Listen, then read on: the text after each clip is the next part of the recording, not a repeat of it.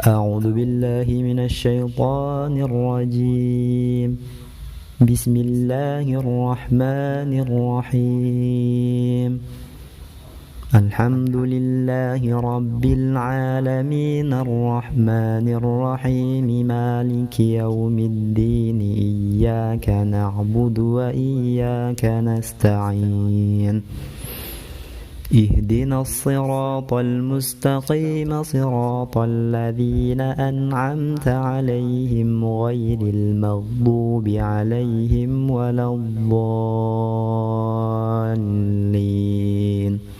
Amin.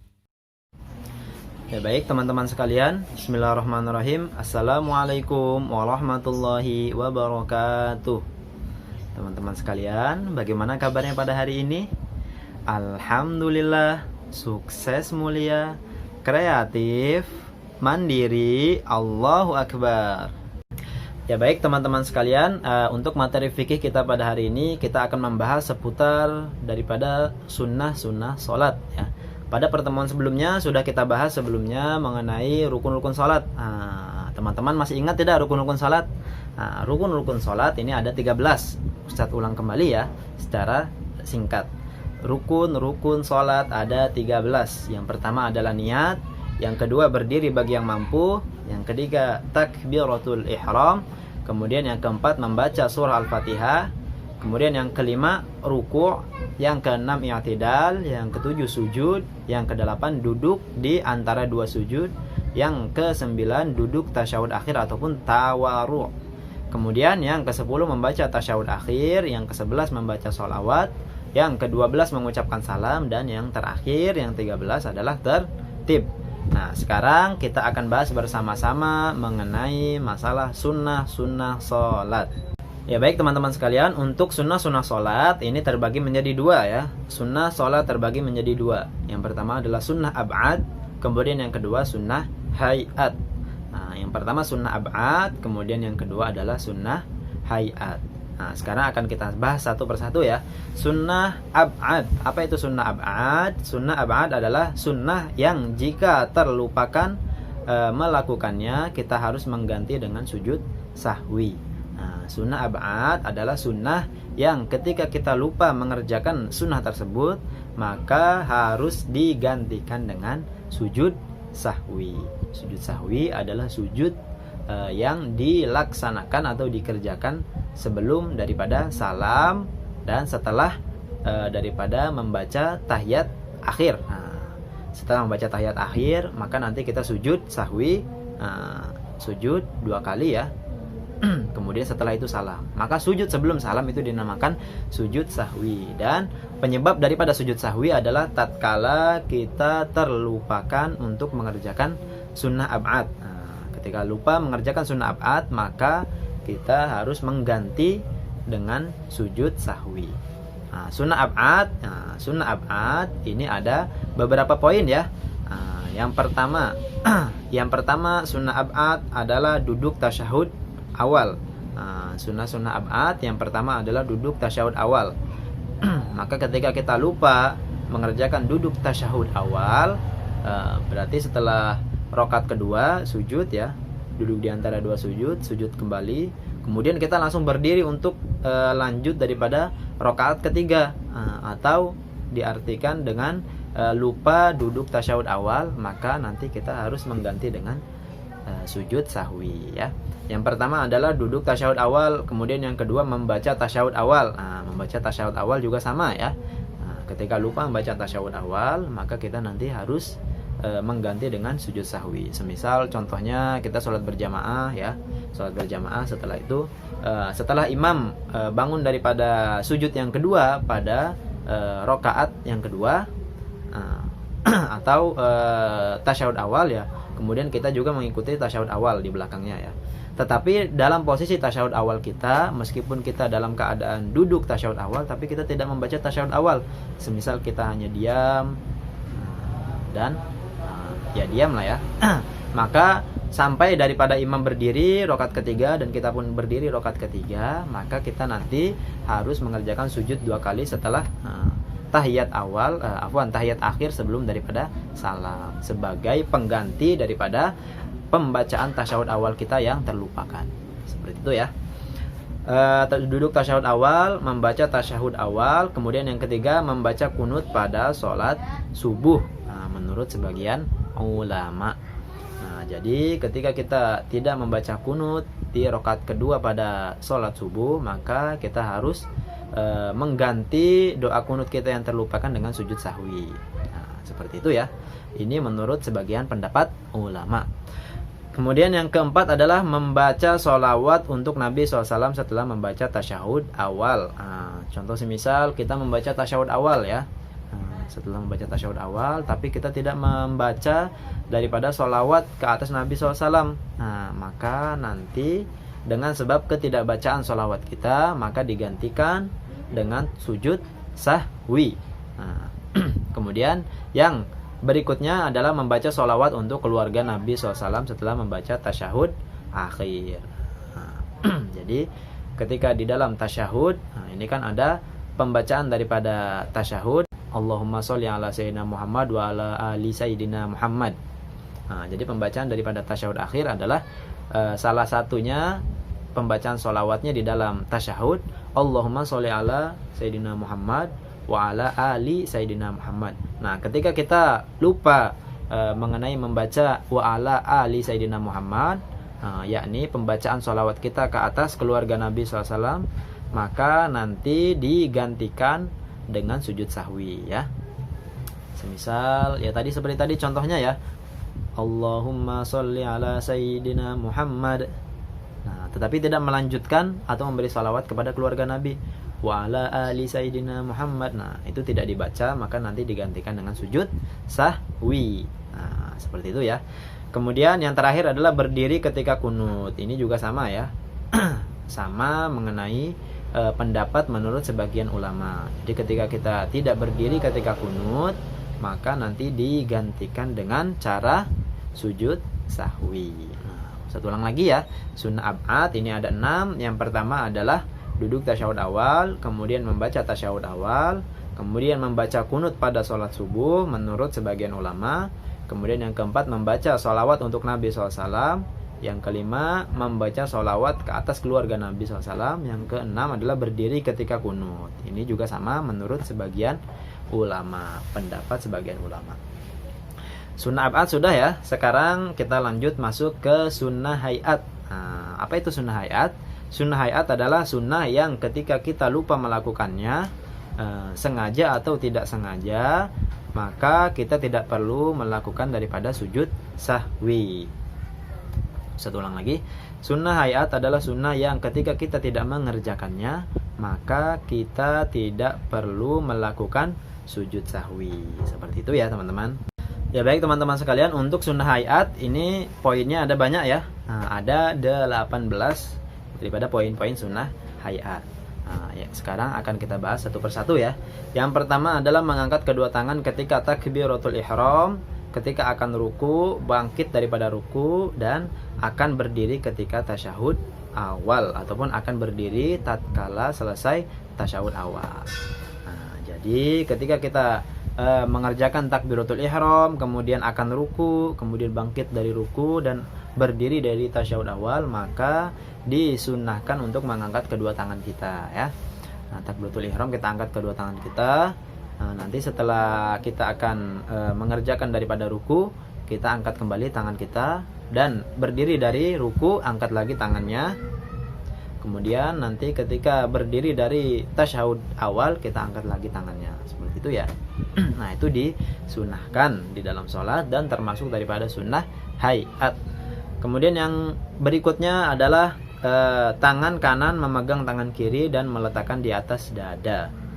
Tangan kanan memegang tangan kiri dan meletakkan di atas dada. Jadi seperti ini ya teman-teman. Terlihat nggak? Nah, gini ya. Tangan kanan diletakkan di atas tangan kiri kita dan diletakkan di atas dada kita. Nah, seperti itu ya.